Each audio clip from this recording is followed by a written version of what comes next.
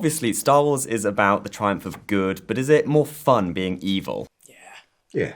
Yeah, it is. Yeah, is the short answer to that. Yes, I love being evil in Star Wars. It's great. It gets a bit real this season, though. Yes, of course.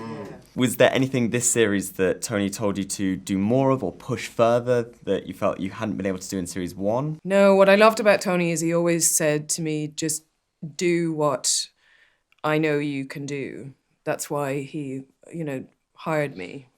So I was allowed to just continue in the way that I had built in season 1. But I got extra playmates, which was really exciting. Yes, absolutely. Did you two feel the need at all to out-evil each other? No, but I did say to you I was very competitive on that first day. Yeah, Because no. Ben is very playful and we have a lot of fun. And I said, he was like, I really go for it. I really go for it. And I was like, well, so do I. I've got loads of brothers and sisters. But by the end of the day, I was like, okay, you win. You win. You can have it. But it's great when you called it being with musicians earlier. Like when you get to play with really good music, it's just like, oh, great. I get to be the audience in the scene too, going, what is he doing with his cloak? Jesus, what is he doing that with his finger? This is amazing. Yeah, it was really exciting this season. Yes. And always Kyle. Kyle has always been my best playmate too. So. And was it fun to come back for you? Oh, look, it was great fun to come back. And the while the sort of world is familiar, what we're doing this time is a bit more specific.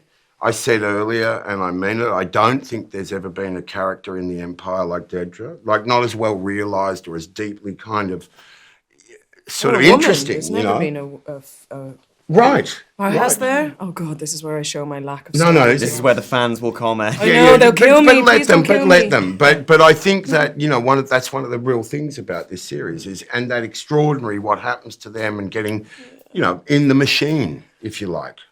Love inside the machine, the machine politics and whatnot. Yeah, but it is so great, though, standing at that big window, the first scene, after watching you do that speech, the calcite, for hours, and then we did the scene standing at the window, and Dedra's, like, looking out, and then he just sort of comes up behind her. It's like, oh, this is great. This is going to be so good. Yeah.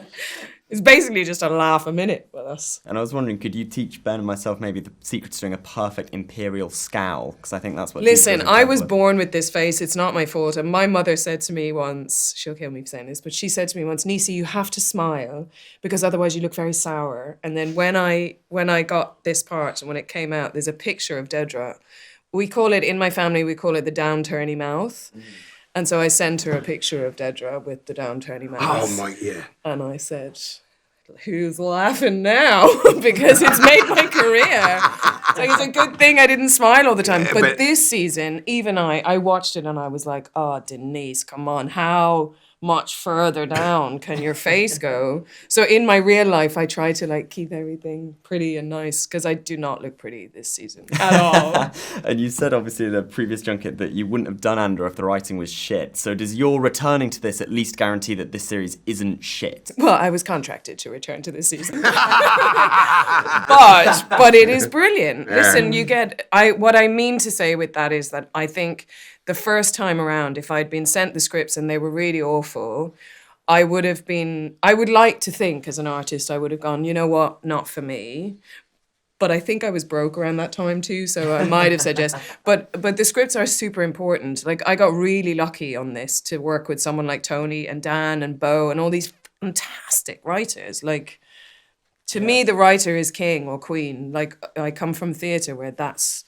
If you get the good writing, then you just dance, When you get bad writing, it's literally like pushing something up a hill. And then everybody, you're responsible because it's your face on screen. Yes. Your downturny mouth on screen. And Ben, can you follow the Star Wars chronology and lore quite well, or are you saying names phonetically? Oh, there are certain things I know, there are certain things I don't. I mean, there's a lot in the canon now. But I mean, you have to remember, I saw this at the cinema coming out. I've seen every one of the major canon. So, I'm pretty familiar with it. But, I mean, I had to learn a lot about calcite. Yeah, he really did. Could you give us maybe one more calcite? what, the calcite alternatives, synthetic calcite. Yeah, He had to do that for the entire day in a dark room with a roaring fire with like 30 people in there. Yeah, we I did was it a sitting lot. there just going, Oh no, it was worse for you guys. I mean, God, you had to hear it again and again and again. Yes, but from you, darling, from you. I think I probably did that. I don't know. You did probably it a lot. 100 times, or 100 times or so. Because you're And doing then it you'd back move the around to the other chair, people. and then you'd do the- And that's right. And then it was all the reaction Yeah, stuff. when there's a and lot whatnot. of people in a scene, it's like doing a courtroom scene. Yeah, It's you- like, boom, oh boom, boom, boom, no, boom, boom, we're boom, going to be boom. here forever. We were But here he for never, 11 days. his energy never dropped, ever.